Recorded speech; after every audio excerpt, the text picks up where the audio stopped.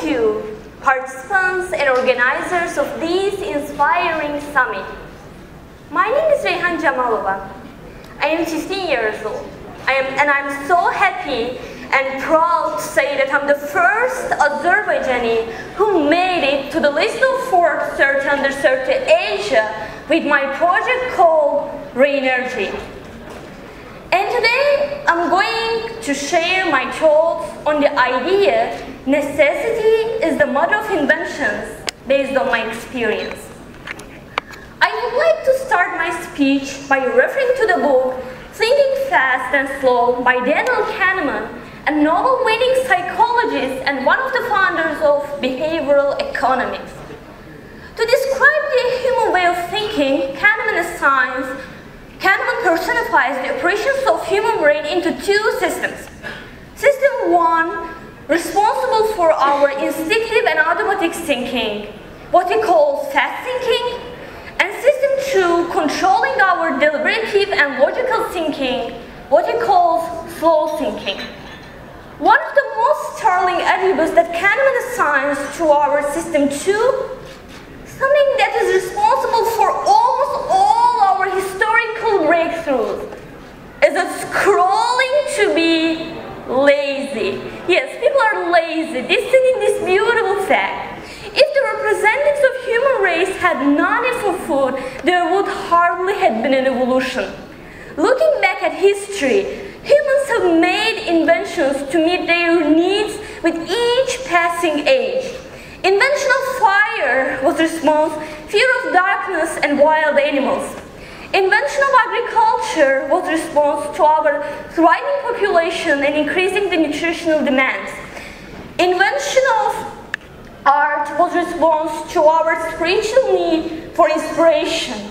And invention of capitalism was response to our need to generate more wealth and better trade. As seen, anything great made with human hands has its roots in the never-ending needs of human beings. Yet the total geographic exploration of our planet and revealing maps our Milky Way, it's seen as there are no more trust to be found and no more need to be satisfied. Mathematics has been developed, internet has been found, computers are outperforming humans in some tests, and cosmic exploration are no longer dreams. What's self-trust then? In that question purpose lies the greatest curse of 21st century. People whom we today probably call great did not ask that question. They knew one fundamental trust about human development that never stops. And being aware of that, constantly monitored the world for a need that hadn't been fulfilled. When inventing his first light bulb, Edison didn't believe in the limits of better future, despite his 999 unsuccessful attempts. What he saw was a much more prosperous future with new avenues for us to find. In his Facebook, Zuckerberg saw a need to connect the entire globe into one social hub. This is the formula of revolutions. Finding a need not served before, and finding a mean to serve it. And there are far more inventions that make only 4% of the universe is known to us. The rest of 96% still remains undiscovered. This simply means that we still have lots of necessities to recognize and problems to find solutions for in the future. While I agree to a certain extent that necessity is the mother of inventions, the project that brought me here was born in one way out of understanding of this idea. One idea that bothered me even as a child was the reconstruction of our world after a century with such increasing the rates of population, consumption and pollution. The only way to envision such a future that is not miserable to use every resources we are entitled to as efficiently as possible. Sustainable energy sources were one way of tapping into this necessity.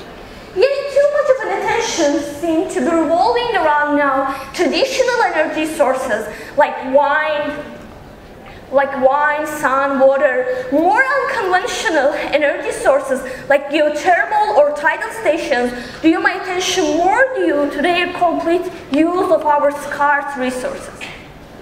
And such goes the story. On one rainy day, I thought, why not use rain itself as a source of energy? Every drop magnificently transfers its rich potential energy to the ground, which gives us nothing in response. There is so much of it everywhere. As a 40-year-old girl with ambitions to provide one of the needs of our future, I set on a long and arduous journey from transforming my raw idea into a grand project. I had big curiosity in my mind and heart. Then I designed some structure for my rain energy idea. Rain energy is a device which collects rain and uses it to produce electricity to solve the problem of energy deficiency in rainy countries.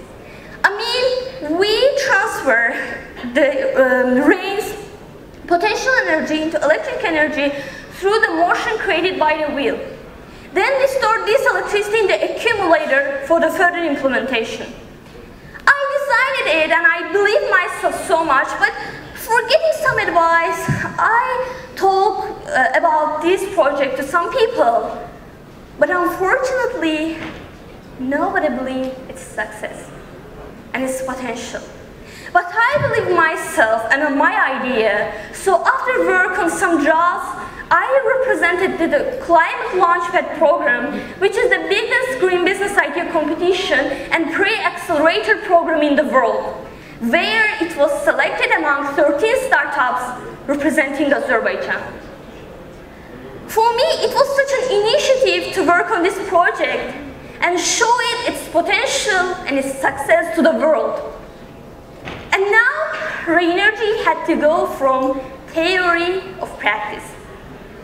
With my mentors from Climate Launchpad program, I began to work on this project and build its prototypes for the next 3 months. Of course, I experienced a lot of difficulties, but I never gave up. And finally, in the national finals of Climate Launchpad program, Rain Energy won the Audience Favorite Startup Award. Aside from this, Rain Energy was finalist in the New Idea competition, where it was selected among 148 ideas. After these series of competitions, I participated in the Global Entrepreneurship Summit last year in India. I was the youngest female entrepreneur and was specially mentioned among 1,500 participants entrepreneurs by presidential daughter Ivanka Trump. During the summit, I also participated in the GIS Catalyst speech competition, and I had a chance to present my idea in the global stage.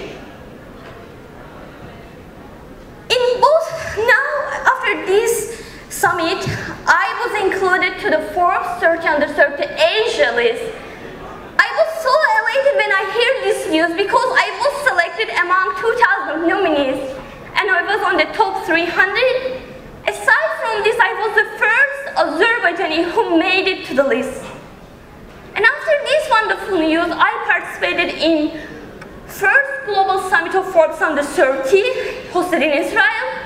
It was also such one-of-kind experience for me. In both summits, Global Entrepreneurship Summit and first global summit of Forbes Under 30, I felt like I was in my dreamland.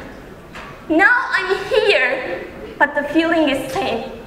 It is just like a dream being here. And I'm so happy and excited to be on this stage and talking in front of you. I'm sorry.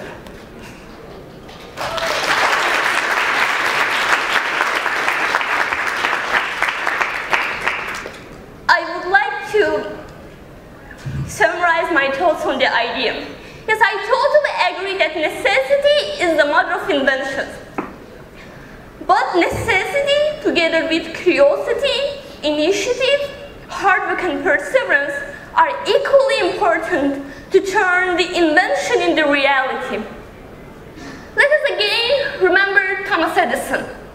First of all, he that there was a necessity for light in the world, that he had curiosity to invent the light bulb. He showed an initiative to invent it and worked hard at it, and most importantly, he never gave up on making the light bulb work until his invention came to life. So, according to my experience and my search, this is the formula of inventions and of successes. I call them together because for me, if you invent something for the mankind, it is your success. Necessity, curiosity, initiative, hard work, and perseverance are equal to inventions and successes. I wish you all success as we all continue make useful inventions for the mankind in the future. Thank you so much for your attention.